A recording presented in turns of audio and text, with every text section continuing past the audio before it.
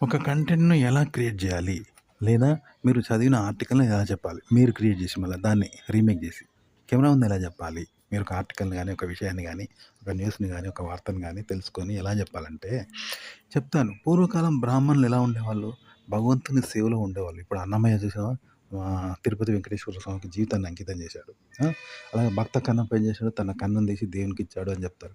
భక్త సిరియాల అని, భక్త ప్రహ్లాద ఎన్నో ఉన్నాయి గదా! ఆ హరిసేవలో వాళ్ళు మునిగి అందులోనే తదాత్మ్యమైపోయారు. అది బ్రాహ్మణులు, భక్తుల కథలు అవి. కానీ అంటే ముఖ్యంగా పూజారుల కథలు అట్లుండేవి. దేవుడి సేవలో ఉండేవాళ్ళు. ఇప్పుడు కానీ ఇప్పుడు ఎలా ఉంది? అర్చకత్వం అనేది బ్రాహ్మణులదంటే భగవంతుని కోసం చేయటం లేదు పూజారులు. జీతం కోసం చేస్తున్నారు. అదొక వృత్తి, కుల వృత్తి. ఇప్పుడు ఎన్నో ఉన్నాయి. కోమటోళ్ళుంటారు. అలాగే ఇంకా గౌడ్స్ ఉంటారు. కల్లు గీత కార్మికులు ఉన్నారు. వడ్రంగి ఉన్నది. ఇవన్నీ ఉన్నాయి గదా! అలాగే కూడా అర్చకత్వం గూడా అదొక వృత్తి అన్నట్టు వాళ్ళకు. అంతే తప్ప దేవుడి సేవ కోసం చేస్తలేరు. కొందరైతే అర్చకులు నాస్తికులే ఉంటున్నారు. పూజారులు గూడా. కొందరు మాంసం తింటున్నారు. కొందరు విగ్రహాలు అమ్ముకుంటారు దొంగలనమాట. కొందరు గుడికొచ్చిన ఆడవాళ్ళని చూస్తున్నారు. ఇట్లుంటదనమాట. కొందరు పొద్దున్నే మంచిగా తిని వస్తున్నారు. ఇట్లుంటది. అందులో వ్యభిచారులున్నారు. కానీ గుడిలో అర్చకులుగా మారారు. అంటే వాళ్ళు వృత్తిగా చేస్తున్నారు. భక్తి వ్యాపారం కాకూడదు. కానీ ఇప్పుడు వ్యాపారం అయిపోయింది. ఒకతనైతే ఒక 15 ఎకరాలల్లా ఒక పెద్ద ఆలయం కట్టాడు. 15,00,00,000 పెట్టి. ఎందుకు కట్టాడు అంటే తిరుపతిలో ఇప్పుడు ఎలా అయితే ఆదాయం వస్తుందో దాన్ని దృష్టిలో పెట్టుకొని దక్షిణ భారతదేశంలో ఒక 15 ఎకరాల స్థలంలో మరో తిరుపతి అంత ఆలయం నిర్మించాడు. నిర్మించి అర్చకులు మంచి మంచి అర్చకులు మంత్రాలు చేసి వాళ్ళకు జీతాలు ఇస్తున్నాడు. సెక్యూరిటీని పెట్టాడు. సేమ్ తిరుపతిలాగానే కట్టాడు. తిరుపతి మంత్రాలు జరుగుతాయి. అంతా తిరుపతిలో ఆయనే సెట్టింగ్ చేసి కోట్లు ఖర్చు పెట్టి కట్టిండు. 15,00,00,000 15 ఎకరాలలో విశాలమైన తిరుపతిని నిర్మించాడు. దక్షిణ భారతదేశంలో. అతనికి లాభాలు కూడా అట్లే వస్తున్నాయి. దక్షిణ తిరుపతిలాగా లాభాలొస్తున్నాయి. కోట్లలో తిరుపతితో సమానంగా ఆదాయం కూడా వస్తుంది. చూసావా? అది భక్తితో కట్టలేదు. భక్తుల కోసం కట్టాడు. అంటే అలా డబ్బొస్తుందని. 15,00,00,000 పెడితే ఆయనకు నెలకు 15,00,00,000 వస్తున్నాయి. సంవత్సరానికి 15,00,00,000 వస్తున్నాయి ఇప్పుడు. చూసారా? అతను పెట్టిన పెట్టుబడి కంటే ఒక్కసారి 15,00,00,000 పెడితే నెలకు 15,00,00,000 సంవత్సరానికి 15,00,00,000 వస్తున్నాయి చూసారా? అదొక వ్యాపారం. ఇలా అయిపోయింది భక్తి ఇప్పుడు. అంటే భక్తుల బలహీనతను చూసి ఇలా వ్యాపారం చేస్తున్నారు. అర్చకులు కూడా అంతే. భక్తుల బలహీనతను చూసి వాళ్ళకి పూల దండలు ఇవ్వడము, ఈ పూజ చేస్తామంటే వచ్చి తీసుకొని పైసలు తీసుకోవడం, ఆ పూజ తీసుకుంటే పైసలు తీసుకోవడం, రండి రండి అని స్వామివారి దర్శనం ప్రతిదానికి రండి అంటారు, ఇస్తారు, పైసలు వసూలు చేస్తారు వాళ్ళ దగ్గర. అయ్యగారు మాకు మాల కావాలి దేవుని దగ్గరది అంటే తీసుకోండి ఇస్తాను రండి అని పిలుస్తాడు, వాళ్ళకి ఇస్తాడు. ఖతం. అర్చన వాళ్ళ దగ్గర డబ్బులు తీసుకుంటారు, వాళ్ళు కూడా ఇస్తున్నారు. వీళ్ళు డబ్బులు సంపాదించుకుంటున్నారు. భక్తి కేవలం భక్తులకే, కానీ అర్చకులకు లేదు. గుడి యాజమాన్యానికి లేదు. చేసినాం కేవలం డబ్బుల కోసమే చేస్తున్నారు. వ్యాపారం అనమాట. అంటే భక్తుల బలహీనతను క్యాష్ చేసుకొని ఇలా వ్యాపారం చేసి డబ్బులు పొందుతున్నారు. కాబట్టి ఇప్పుడు టీవీ న్యూస్ అయినా అలాంటిదనమాట. ప్రేక్షకుల యొక్క బలహీనతను చూసి వీళ్ళు బయట జరిగిన సంఘటనను క్యాచ్ చేసుకుంటారన్నట్టు. అలా చూసి అదొక షో అన్నట్టు. ఆ షో పేరుతో వాళ్ళకు లక్షల్లో యాడ్స్ వస్తాయి. ఎంతమంది జనం చూస్తా ఉన్నారు. జనం చూస్తారు కాబట్టి యాడ్స్ వస్తాయి. యాడ్స్ వస్తే కోట్లలో డబ్బొస్తది. నెలకు టీవీ ఛానల్‌కు డబ్బొస్తది.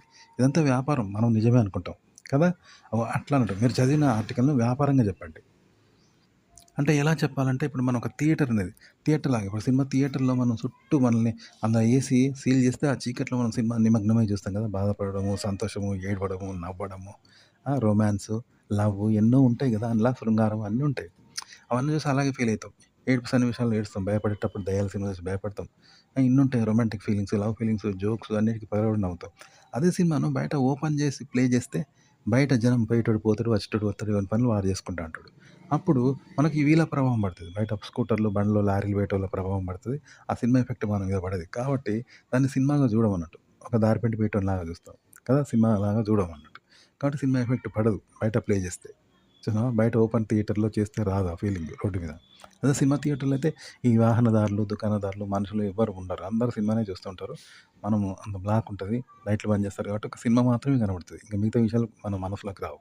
కాబట్టి మనం సినిమా ఫీలింగ్ వస్తది కదా! ఇగో ఇలా అన్నట్టు. ఇలా తీసుకొని ఆ కంటెంట్‌ని ఇలా తీసుకొని మీరు వ్యాపారం చేయండి. కమర్షియల్‌గా చెప్పండి. అంటే ఆడియన్స్ యొక్క బలహీనత ఏంది అనేది చూసి ఆ విధంగా కంటెంట్ తయారు చేయండి. ఆ విధంగా చెప్పండి. జనాలకు నచ్చేలాగా. ఇప్పుడు ఒకడి బుద్ధి ఎట్లుంటదో వాడతాడు. ఇప్పుడు రొమాంటిక్ చెప్తేనే వాడు అమ్మాయిలు ఉన్నారనుకో యంగ్ టీన్ ఉంటే లవర్ ఉందా? గర్ల్ ఫ్రెండ్ ఉందా? ఏ పోరికి లైన్ ఏసినావు అంటున్నా అంటారు. అదే పెద్దాయన వస్తే నమస్కారం పంతులు గారు, అమ్మ బాగుందా? ఒళ్ళెలా ఉంది? అని మాట్లాడతారు. ఆరోగ్యం బాగుందా? అని మాట్లాడతారు. ఆడొస్తే బామ్మగారు బాగున్నారా? మనవాళ్ళు ఏం చేస్తున్నారు? అక్క బాగుందా? అంటారు. ఆడోళ్ళని కూడా అందంగా తయారైన అమ్మాయిని లవ్ ప్రపోజ్ చేస్తారు అమ్మాయిని వాళ్ళని. మంచి అమ్మాయి పెళ్ళయిందనుకో అక్క అంటారు వట్టిగనే సంతోషపడాలని. ఇవన్నీ గూడా కేవలం వాళ్ళని ఇంప్రెస్ చేయడానికే. అంటే ఇదో రకమైన వ్యాపారం. చూసారా? అట్లా ఆడియన్స్‌ని ఇంప్రెస్ చేస్తూ మీరు ఆ కంటెంట్‌ని జెప్పండి. అప్పుడు ఇంట్రెస్ట్‌గా ఉంటది వాళ్ళు చూస్తారనమాట. టీవీకి గూడా అట్లనే తయారు జేస్తారు కంటెంట్.